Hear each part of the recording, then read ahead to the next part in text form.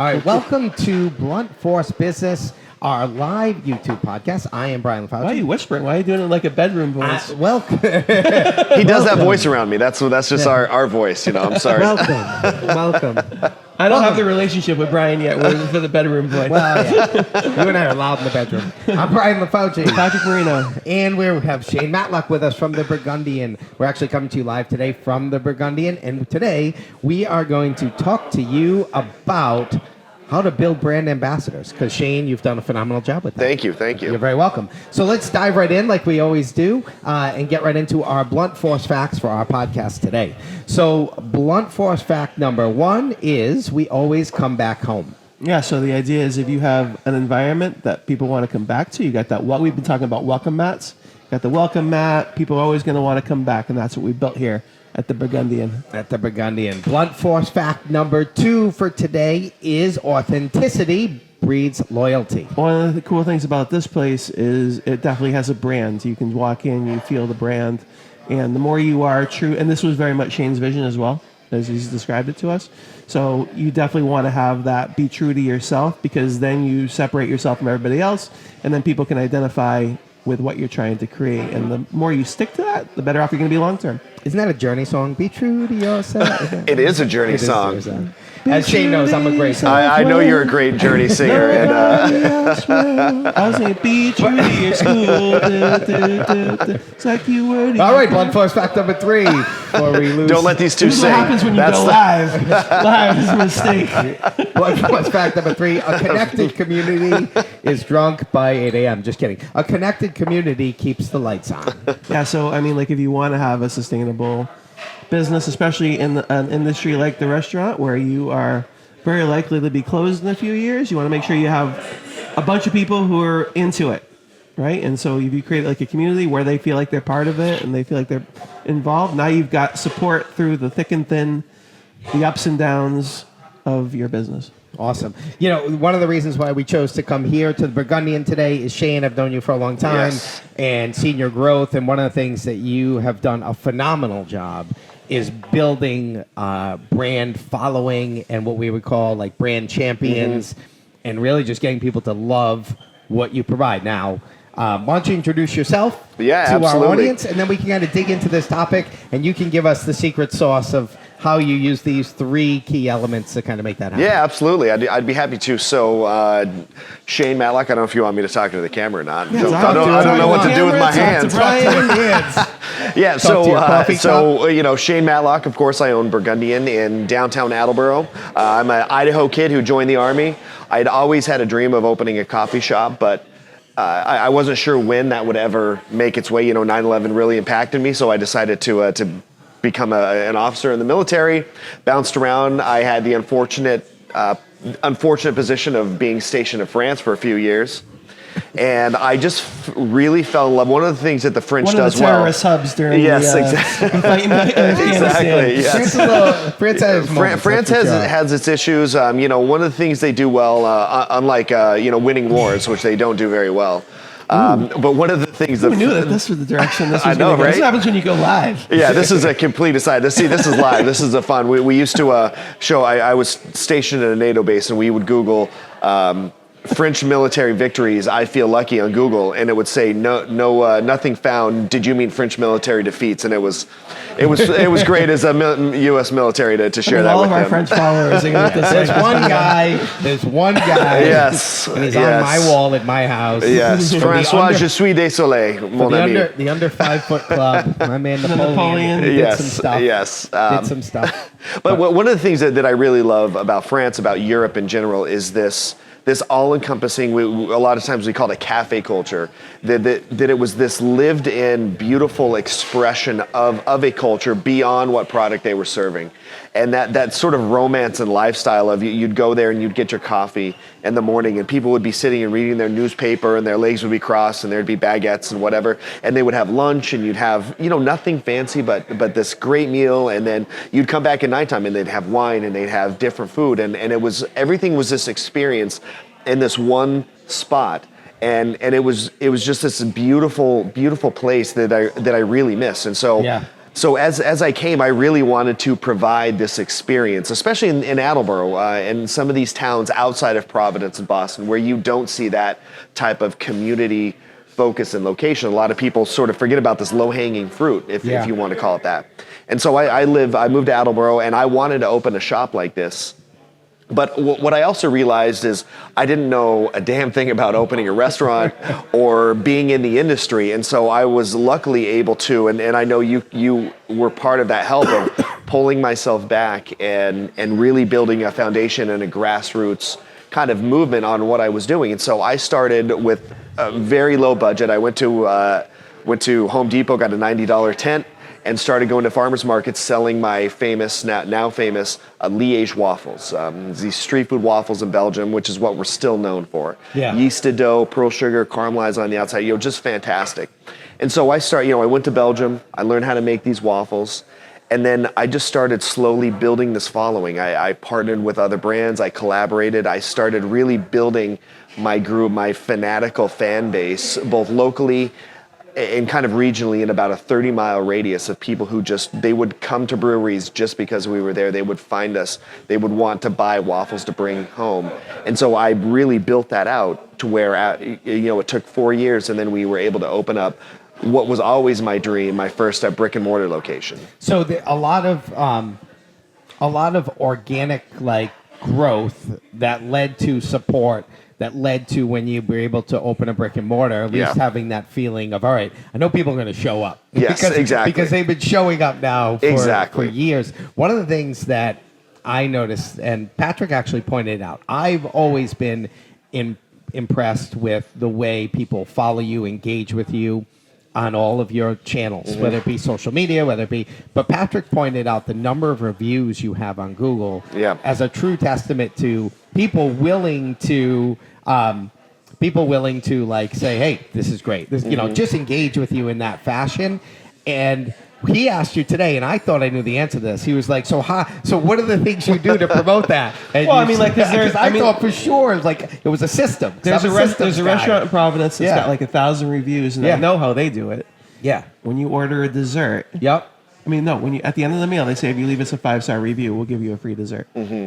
Right. And, they have 1,000-something reviews. You know what I mean? And I have clients. Reviews are super important in terms of ranking. Yep. Yeah. And I didn't necessarily know, I tried to not make assumptions, because obviously you've got this community that you've built, and I didn't realize there was such a background to it. Because I think that's a big part of it, right? It's we talk about it all the time. We're going to go on social media and we're going to explode. We're talking about basically almost 7 years of loyalty, right? So it's not some, and then the idea that you build the audience and then you sell to it as well, right? And Absolutely. It's you've kind of done all those things, and it's not been overnight. But why don't you go ahead and speak to it I think real bit. quick, I think that's one big piece, especially that I would give to any restaurant.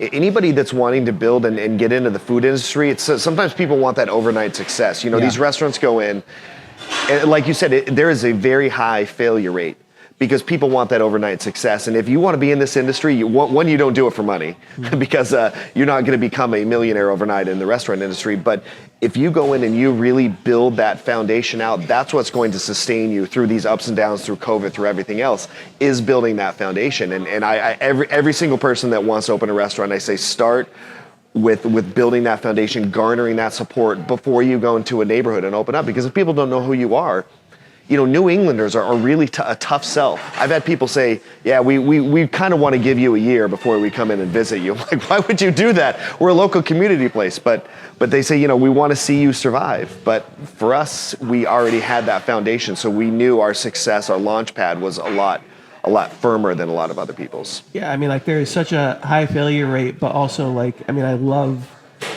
that you started. This brand has existed. The brand predates the restaurant. Yes, the brand absolutely. is everything, right? Right. We talked about. Yep. If you want to have a brand champion, you got to have a brand. Yeah. Right, and then people believe in the brand, and people believe in these Belgian waffles, which is really cool. Yeah. Yeah. And you when you think about the blunt force facts we kind of kicked in there, the ability of you to kind of just be authentic and obviously the core is you got to have good shit, right? So we Yeah, start there. yes. If you That's have important. garbage, if you have garbage product, all this other stuff doesn't matter, Yep, right? So yep. we can, let's lay the foundation there. Yes. Okay, but there's a lot of good product out there. Yeah.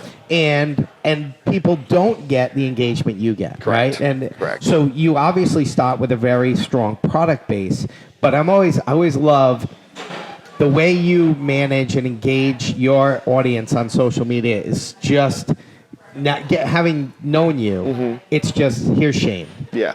Like here's Shane, and the other thing that I really love is they get to see here's his team and the culture of his team. Yeah. Like how, That's- how do you?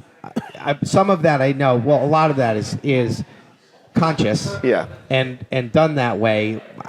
How do you make sure that gets like put at the forefront? Yeah, I mean that's everything that we say, everything that we do is about creating that community and culture, both for our guests, but also for our team and for our employees. You know, I want our employees to embody being a Burgundian. I want them to know what that is, because if they don't embody it, this has never been a place where you just show up, get a paycheck, and leave. Yeah. You know, we have always been striving. We don't always hit on it, of course, with every employee, but we strive, and everybody that we continue with is coming in, almost adapting and becoming part of this. A lot of our team actually they were previous customers, and they said, we want to work here because this is a different environment than what we're used to, and we want to be part of something bigger than ourselves. That's what people want. They want a purpose in their job. And so just being able to create that here and have internal brand ambassadors as employees, that by itself is a huge measure of success for us. That's an awesome recruitment strategy. We have a lot of listeners and a lot of the people I talk to that I work with that have a HR concern.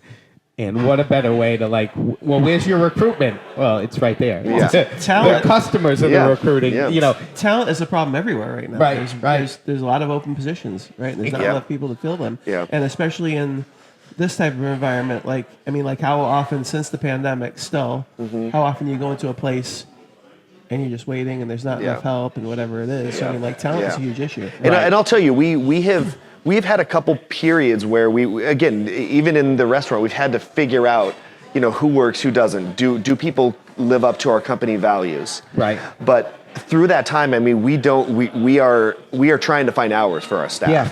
We're having to turn away good people because people want to work here. Luckily, thank God, we don't have a talent issue anymore. We don't have an issue with anything in around employees. It's how do we find more hours? How do we continue to garner more business so that we can help these people flourish? Well, I think that's where a lot of businesses go wrong, is that they don't build the infrastructure that is welcoming and engaging for an employee. Yeah. They look at it in the reverse way and they say, I'm going to hire the right people, and then that'll create the culture. Whereas as the owner, you can't do that. Yeah. You have to create the culture so that the minute someone steps into it, they feel embraced by it, a part of it, they relate to it. I'm reading a book, Traction. You talked about love before Traction. So love Traction. It was funny, We're an on a EOS team here. Yeah. I was on a call with this guy, and I read a lot of books, and he mentioned that book. I hadn't read it yet, and he's like, "So what's your what did he say? What's your take on EOS?" I'm like, I don't know what the fuck you're talking about. He's like, oh, based on what you do and the way you like to run your companies, you need to read that book. Yeah. And I that night I downloaded it. Very, very good. But one of the, back to the point there, one of the key pieces there is, getting people engaged from like a mission vision standpoint right Correct. out the gate. Yep. Like, you have to give them something that they can relate to, Yep. buy into. And then one of the things that we like to do in our company is create, and Patrick and I have done a lot of work on this, is turning a why, like the why of your business, into like a tangible how and what. Absolutely. So if the why of our business is, like you said, all right, we're community focused, well, what's the deliverable of that? Yep. That gets felt in the community. Exactly. So when we bring people on, I mean, this has really been one of my main pieces this last year is ensuring that I'm really instilling what is my mission? What is my vision, right? Our vision, in 10 years, we're going to have multiple locations. We're going to be impactful in multiple communities that are revitalizing themselves. We're going to provide that third place for people, right? So when we talk about our mission, our internal mission, to share the world with the local community through food, drink, and conviviality. One of my very favorite words. What is the word conviviality? Conviviality. It's, of for course, everyone else. I know surprise, is it's French. It's surprise, it's French, yes. So conviviality or convivialité. It's this sense of festiveness and belonging, often around food and drink, right? That's what Burgundian means as well. It's all these different words that take this environment, this sense of belonging, this art of living well, all through this festiveness that is surrounded by food and drink. The food and drink is a byproduct of that, right? But it's creating that environment where you can enjoy those things with other people, with the community. That's what conviviality is. Love it. What's Burgundian mean? So Burgundian, it's similar to that. I found the name in this Belgian beer book. It's a name that goes back hundreds of years when the Dukes of Burgundy, Mary of Burgundy, reigned over Belgium, parts of the Netherlands, and northern France, where I lived. And it was the golden age of Belgium. All the money coming in from England was coming through this area, and so the Belgians, after that all fell apart, Belgium was its own country. They sort of adapted this name of being Burgundian, this hearken or calling back to this time. And so the quote was the love of food and drink in both quality and quantity. And I'm like, oh my goodness, this is mine. I wrote 2009, sitting down, writing the book down in France. Like, I'm going to use this name Burgundian. So I started asking people, and that's essentially what it was this lifestyle of eating and drinking, not worrying about weight, not worrying about, I should watch my cholesterol or anything like that. It's just the health and wellness that comes from sitting down and communing with other people and sharing, breaking bread, and enjoying that kind of lifestyle. So that's what Burgundian meant. It's if you go over you ask them, they'll tell you of their own variation of the Burgundian life or Burgundish life. Right. Very cool. Yeah. Can I ask you? So you obviously, one of the coolest things about this whole conversation is just how we're talking. It's 2024, so we just went back to 2009, right? So this is not an overnight success, even though we've only been a couple of years. Which I think again, how many people have started a business without 15 years of thought, right? Very few, right? So it's like when you start a business.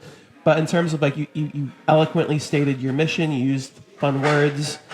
How is that something that's explicitly in here anywhere? Like, is there like a guidebook for people? Do you communicate to people when you talk to them for the first time?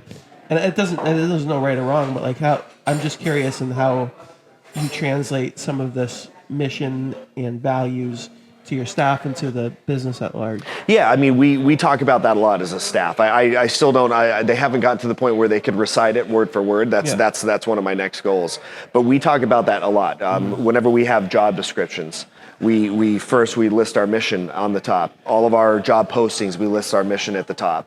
Whenever we talk about what food are we providing, what are the drinks that we're providing, when we make new cocktails, when we put out specials, does it live under that umbrella of allowing people to travel through their food and drink? Are we sharing those things with them? When we talk about music, we do international music. We don't play local U.S. music. We don't play, eat random just American food, because that's not what our goal is. Our goal is to allow people to kind of travel and do that. So I do harp on it quite a bit with the team. We really put it out. I wouldn't say it's direct in terms of the community as much as they know when we go in. You could go ask them okay, what is Burgundian about? It's like, we have Liège waffles, we've got street food.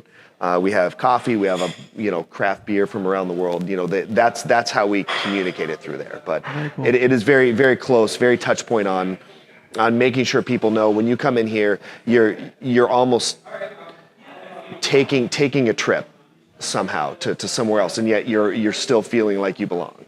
If that makes sense. We talk about hospitality too as like a big piece in getting people to care enough to leave those reviews and be part of the community.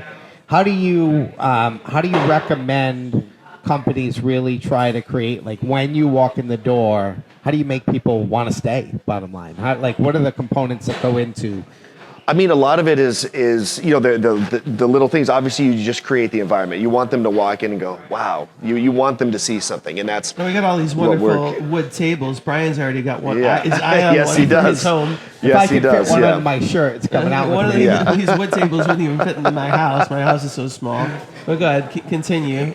No, but it's creating that. It's making sure. I mean, I tell my team, every single person that walks in, make sure that they're greeted, make sure that there's eye contact. Whenever we take an order, we ask for their name. We ask for the spelling of the name. Oh, is that Sarah with an H or no H? Little things. Megan with an H or no H? How do you spell? Those teeny little details, that right there, just secures it. It allows us to go above and beyond. Right. Because hospitality a lot of times is those little niceties. Yep. You know, it allows people to remember they cared about me enough to ask how to spell my name. I mean, some people like John H, no H, who cares? Right. But the people that do care, they really care, and it means Right. something to them. Like, Well, nobody's ever asked me that. It also goes to that theory of how the research shows that waiter tips go up dramatically when a waiter repeats your order to you instead of just saying okay. Like when you order with the waiter and then they go around like, okay, you got this, you got this, you got. That act has because it creates a connection. Yes, you feel correct. like, all right, Do you ever see the SNL skit with Kevin Nealon where it's like the waiter who doesn't really remember anything? Like, Yes. And he walks away and they're like you got, he doesn't write anything down. Yeah. Like, you got all that? And he's like, oh, I got it. He comes back with something totally different. And like, next time, why don't you write it down? And he's like, no, I got it. Yep. He comes back. I love that one. Sorry, I'm the one who drops the the random Saturday Night Live. Yes. Yes. No, that's good. So the opposite of that. Yeah, the opposite. We're going the opposite of that. Yeah. Yeah, exactly. Is what Exactly. we try to create. I like how Yeah. you brought in the decor piece of it because I think that's a lot. I mean, that is a lot. It's making. We spend a lot of our time at our place of business, right? Yep. This is your home. Yep. In essence, I would be willing to bet waking hours you are here more than you're at your own house, and I would most of us Here or at the sports fields with my kids. Yep, that's Right. it. That's Those two where I live places. before my house. Right, Yeah. those two places. So making, the importance of making an environment that makes people come in and feel welcome and breeds a sense like the little things matter. Yes. That was Yeah. a big piece. I felt that resonates with me. We did that a lot in the sport complex. Like if I would walk in the morning and the music wasn't on or the TVs weren't on, like little things that seem Yeah. stupid. Yeah. That was a big deal to me. Yeah. Like, that stuff has to happen. Absolutely. Absolutely. Because yeah. that's what'll make people walk in and not feel like, is this place even open? Yeah, Or you yeah. know what I mean? Like bring liveliness into absolutely. it. I mean, even now, sometimes my team, depending on the barista, I'll be like, hey, the music needs to be a little louder in this corner, something, because we want it to be just comfortable enough. We don't want it to feel like a morgue where they feel like they're on display, but we also don't want it to be intrusive to where they can't have a conversation with somebody. And that's absolutely, I mean, there are so many little details that make people belong. And even then, we're doing a little renovation just to even bring that piece out a little bit more. Right. I know the lighting was something we had talked about in here a bunch. Yeah. Because and how important that is. Absolutely. Right? And how, same thing, like with making things feel like home. When you go into your evening menu and you do weekend nights and it has more of like a social, it transitions a little bit. Changing the lighting, changing. We got these really cool little, like brass lamps where they're LED, but you hit the button, 3 different settings, they can go up or down. Yeah. So at nighttime, again, you can create that more intimate where all the lights are really dark and then you have these lights on the table so people can have cocktails, they can have drinks, they can listen to karaoke or whatever it is, and they feel a lot more intimate. That's the nighttime vibe. Yep, absolutely. Those little details, and what are the details important in the morning versus the nighttime? Right. Absolutely. Creating a home away from home. Yes, for that's people. it. That's I have it. a question about because this is so. These lessons will serve anybody in any business, right? For the most part. But in terms of like the restaurant and maybe like just people who sell products in general, you've got this really big idea. The big idea is we're doing food. We're traveling around the world through food, right? So, and I remember that already because like it's so well communicated in everything that you do. How do you then like decide, okay, so you've got to, how do you keep it from being the Cheesecake Factory, Yeah. where the menu is a book. It's like Italy freaking like Yeah. like what? How do you make menu decisions to kind of communicate what you do without being overwhelming to either the customer or either to your business? Yeah, I mean, and it's very much about street food a lot of times. So one that's able to, because if we just did food from around the world, the number of menu items is already insane. Yeah. And a lot of it, again, the brand is very tied to myself, right? It's very tied to where I've traveled, where I've been. So a lot of the food that we do is really tied to, okay, Shane's been to 40 countries. What are some of the things that I've experienced that I can bring back? Because there's a story behind that. Everything is very much about the story, the experience of, okay, let me tell you about the Argentinian choripan from when I was in Buenos Aires. And I was walking around La Boca, and I had the old guys that would sit and make these chorizo with chimichurri dogs. That's a story, that's a piece for us. And so those type of things make it on the menu. So that's really how we kind of scale that right down. into the blunt force fact on authenticity. Right? I mean, if I tried to do that, I could be. I mean, seriously, I don't know why you're laughing. Go fuck yourself, Shane. It's like the Tom Brady roast. Fuck you, Tom. That was way too blunt. But I like how you chuckled. But if I tried to do that, we could take two entrepreneurs who understood systems and all that. But if I tried to implement that piece, I've never been there. Mm-hmm. It would not come across with the authenticity of the feeling of, the flavor or seeing what went into, how that got made. Or there's just a lot that goes into that, or the subtle hints that you said of, okay, maybe as you change your menu from month to month. Mm-hmm. Maybe the music changes, right? Maybe the music changes to feed into the atmosphere. And when we do special nights, beer dinners, if it's a theme, if we do a German night, I mean, the music will be a representative of that. We did a Duvel beer out of Belgium. We did a beer night, and all the music that night was Belgian jazz, which I didn't even know that type of thing would exist. But we went and found this great station. Whole staff was dressed like Nazis. Did you guys not do that? German thing? No, that was different. Sorry. It's a different type of different era. Different era. Yeah. More like with the suspenders, like Chevy Chase was on your European vacation. But creating the whole thing. Yeah, absolutely. Creating that whole environment. Again, it's the connectivity and it's about, okay, if we're doing a German theme or we do a Belgian month or something like that. So when we do from French Independence Day to Belgian Independence Day, it's a week in July. We do different, we call it Frangem days, and we do different food and drinks, but we make sure that there's a coffee or two. We make sure there's a cocktail or two, that the beer, wine, food experience is all connected between those. So people are getting to experience it not just on the food, but then, okay, what is front of house creating to make sure that there's a representation of that. And I know I keep bringing it up, but back to the authenticity piece, what resonates with me right now is how you integrate the language into it too, because language is such an important part of everything, because words, certain words translate more than just the definition. Mm-hmm. Like you said, right? There's a culture behind a word. Yeah. Right, where it has all these intertwined meanings. Yeah. So when you, even just us, right? We spend like a lot of time trying to come up with the blunt force facts. Yeah. Right. It's because we're worried about the words. Words matter. Words matter. They do. Yeah. So if we're so intertwining the language into the whole atmosphere creates the authenticity of the atmosphere. Absolutely. Without a doubt. And you want to have a voice. I feel like, the voice and the way that you would say something has to fit with the brand. It really does. So it's like everybody could say this. We sell Belgian waffles. Yeah. Right. Right. You're not the only company that does that. We're not the only restaurant. It's the only place we get it. But like how we say it, the ingredients, the way that we describe the dish, like all that has to fit into the story, right? And you use the word story.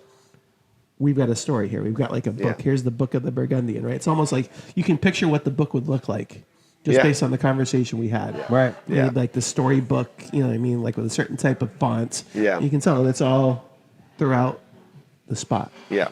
Yeah. I mean, it's very intentional in that way of I love stories. Sometimes I go a little too deep into stories on everything. But I love a story behind what I'm getting, because to me that makes it less transactional, and it becomes more of a connection.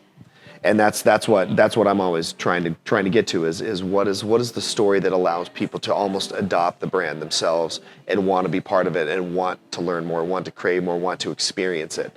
And so I think that's, going back to your initial question, why do we have so many great reviews? I don't go after reviews. I don't ask people. Obviously, I love great reviews, but I don't ask people for reviews. I've asked a couple times, maybe I think just making sure you say, hey, if you leave a good review about our karaoke when we were just starting out. Outside of that, I've never asked it, because if I focus on that, I feel like I will be focusing on the wrong thing and not the brand and not the culture. So if you focus on the culture, if you focus on creating that unreasonable hospitality, that community for people to belong to, where they come in, obviously you have to serve a good product. People will want to go and beat the drum on your brand. And so you don't even have to ask for it. And it's also built for years. Yes. We're talking about this community that Shane has cultivated personally for years, which I think is important. Yeah. Can we talk You marketing? say it all the time. Yeah. Dude, don't chase the likes. Yeah. I mean, you say it all the Yeah. time. Right, yeah. I mean, it's like... And it's tough sometimes to not. It is. it depends on the business too, though, right? Because there's this well-defined community that's been built through Shane over these years, right? So when we're consulting with businesses, sometimes you don't have that luxury, right? So we're starting from why didn't you get reviews? Right. Well, let's make it easy for a review. Right. Let's follow up. If I've got a contractor, he's putting a business card with a QR code in the person's hand at the end of every freaking transaction and saying hey, we'd love. Because it supports the business. Yeah, I mean, the competitive absolutely. world like that. Yeah. I mean, but it's a different Right, approach. but it's all these other things that gets that customer to care enough. I think you can do both. thing. Yeah. I think you can do both. No, if you you're just definitely building, can. You definitely can. especially if you don't have the luxury is the complete wrong word, because that discounts the hard work. But you've got so much in this now. Before you even opened, you had this whole track that you've built. So for the person who didn't have that track that they built, I think we can do both. I mean, I think we can ask, but I think that I don't want to step on the points though, because the points are tremendous. I did want to talk a little bit about marketing though, so you do. So what are your channels right now? Is it just organic word of mouth at this point? Organic word of mouth, even technological word of mouth, or are there what are the marketing channels for the Burgundian right now? Right now, I mean, we barely put any money to a posted ad here and there. Everything is social media driven post, and then we have our mailing list. That's one thing for restaurants, having toast. It's wicked expensive, but we have a great subscriber list, and so we are able to push marketing out to a lot of our thousands of subscribers whenever we have events and things like that. Is it fair to say that you built that list even since back when you were using your tent? No, that's just been internal. Yeah, Okay. here. I mean, we of course we built our social media following, right? We're about to hit 20,000 on that. That's been built over years. That's been and I could go into that whole system that I did to even launch that off. But let's talk about that. But let's go back to what you just talked about to clarify. So Toast is the POS, right? Yeah, that's our point of sale system. So somebody comes in. They create an order. Did you ask for an email address? We do. It does ask. Yeah, it will ask for an email address. Yeah. Sometimes credit cards are already attached to a. So if you have a credit card, again, that's one thing Toast does very well. Is if your credit card is attached to an email address, and you go to one place, you go to another place, it's already linked into the cloud of Toast. So that does it. And our website as well. We signed up for a website, Spot Hopper, for any restaurant that's out there. It's fantastic. But again, you look, I don't know if I think you guys looked at our website, right? Really nice, laid out, but it pops up. Here as well, and it'll pop up and say, subscribe. And so that gives us another access. How often do you send emails? Usually once a week. It depends. We don't do it as consistently as we should on just generic information. It's much more about events. Right, So to make sure people know what else is coming outside of our day-to-day. Hey, we've got the Mother's Day reservation. So we were absolutely booked out, insane in here on Mother's Day. We're going to put one out for Father's Day. Hey, we have a Cinco de Mayo brunch. Hey, this beer dinner's coming up. Right. That's when we send it out. Because I don't like receiving too many emails from businesses. Right. I'll unsubscribe if I get too many. So I try to be methodical enough that it's proper information. Yeah. That drives a specific event. That's how I look at it. You did mention it, so you must feel like it's important. I do, absolutely. Yeah, I do think it's important, and especially whenever, if we don't send out an email on some sort of event versus when we do, the data's clear for us on how beneficial that is. Cool. Yeah. And then Yeah. did you want to you did talk about your system, social media system. So maybe Yeah, we well, get into and just kind of how we built it up. I mean, I think sometimes this goes into people wanting to do things on their own as well. And I was really, as you know, I asked for a lot of connection, and I'm just a social guy generally. So whenever I started, I don't want to say I used it for just a selfish gain, but I found other businesses that I wanted to partner with from the start. So PV Donuts, Rebella Bagel, Rogue Island, Bayberry, the multiple businesses, Borealis Coffee, of course, where I would, Trillium, the Guild, where not only would I set up there, but we did different events. We created products specifically as a combo to where I could I called myself a barnacle a little bit, where I would almost glean on to other people that had a great following. And again, not in a like, I want to use you, but like, let's do something fun and limited, because that's what drives people. And so I was able to grow my social media following, doing really fun partnerships with other businesses that already had that following. And anybody that asks me what to do, that's one of the first things I recommend is finding a way to get your name out with other businesses, but in a cool way that it actually provides something great for customers and isn't just a selfish need. It's rewiring that. I mean, that's an amazing lesson, because I think people are constantly looking, okay, well, if you look at the majority of social media advice on the internet, it's all about like reels and hashtags and timing your posts. You and I have talked about, especially with your journey, right? It's like most of your engagements from people that you've actually met in person. Yeah. Right? And it's like, that's kind of like this. It's like we partner with people who've got similar brands. Yeah. And especially for this, where it's like, it does you no good to have a follower in France. As much as like it'd be cool to have followers in France. I mean, like it's really important to you to have followers who are around your restaurant, because otherwise they're not going to come. So for you to actually have in-person relationships with people, social media, think about the word just social, right? Like it doesn't mean that we're just online. Yeah, right? exactly. Social means like we could actually meet people and develop our following that way. And for a local business, those local connections are everything. Yeah, exactly. It's and that's community building. Yeah, absolutely. Right? That's community building. Exactly. You did I thought it was a trilogy. Didn't you do a waffle beer? We've done I've made beer with 5 different breweries. Oh, awesome. Trillium was the biggest one, obviously, because Trillium just has such a huge name attached to it. But we did a waffle coffee beer. It was an imperial stout. And then we barrel aged 2 different versions. So for 3 years, we did that stout. 2 of the years, we had a barrel age release. So 1 year, so we took the beer, barrel aged in a Woodford Reserve barrel, and released it out to the company, because we used to set up there. And so I got to know JC, the owner, great guy, and he will tell you, at the beginning, when I was just getting to know them, I would send him an email every time they would do a pastry stout, be like, waffles would be good. But it was good. It was a fantastic beer. It was a great collaboration. We did Revival Brewing when they were open.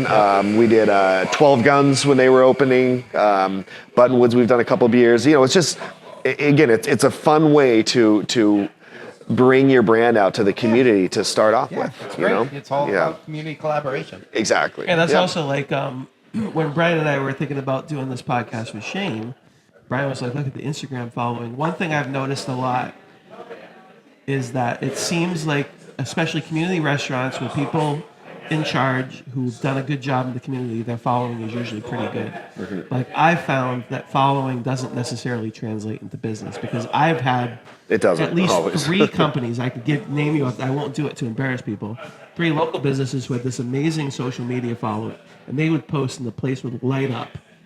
And they're all closed. Mm-hmm. They're all closed.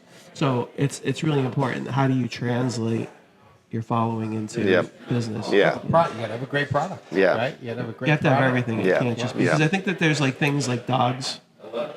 Good looking food. Yeah. They just do well on social media. Right. Yeah. It's like there needs to be yeah. method and all that other stuff. Yeah, and again, it might bring people in that first time, right? You may get some likes, but if you don't make them feel a part of it, like they want to come back, I mean, a one-time transaction is not going to keep you in business. You know, our goal is that's social media is a support factor. It's not the driving factor of your business. And if people treat it like that, that's why they're going to fail. You know, our main component is here connecting with people, doing the hard work. You know, that's going out of your space, going out of your comfort zone to build the brand, to build the community, to connect with people. What you meant to say was a connected community keeps the lights on. A connected community keeps the lights Allow on. us That's to- exactly. Allow us to use verbiage to create the atmosphere. I mean, it's so great because we talk about social media all the time, and it's like, well, social media, you can sell on social media, which we're going to talk about today with our group. But like, it's also like, it's almost like your digital portfolio. It's like, here's us. Yeah. And it's just another way of brand building, right? And it's like, yeah, people will follow it more because it's authentic. We've been there, we did business there, we know people who know that place. It's cool to be connected to that, and it's just this other way that maybe isn't, like, I don't think that part of social media is taught enough. You know, this idea that there's actually like there's an in-person component to being social on social media. Absolutely, You know what I mean? And it's like, absolutely. I love it. Right. Yeah. Well, Shane, I know you got a hard stop on us. No, that's fine. Well, if I could share one story, maybe. I was going to have you wrap. And whatever you would like to, whatever you'd like the audience to know about you, and then a story would be great, and then we'll wrap on that. Yeah. Yeah, I was just really going to talk about the community aspect and what, we're so disconnected, right, in life. Even though we're all connected on social media, everything is so busy and noisy, and where I think we all feel so anxious and disconnected, where people wonder why don't you have TVs up in your restaurant? That's very intentional, and one of the things we are trying to do is to bring people back. We have the big tables. We want people to come and break bread together again, and so we have every Friday we do karaoke, and we do a lot of fun stuff. But karaoke specifically, there's this group of people that they consider them oddballs, people that necessarily don't have a place. Where there's now, I think we're up to 18 people on a text chain. They spend dinners together. They spent New Year's Eve together. People that came here, that met other people, that built this community where every Friday they're here. They text each other. They help each other out outside of the business. That they just found a home here. They said, we've never felt like we belonged anywhere before, and now we found this home. And that right there is what we're doing. That's what Burgundian's about.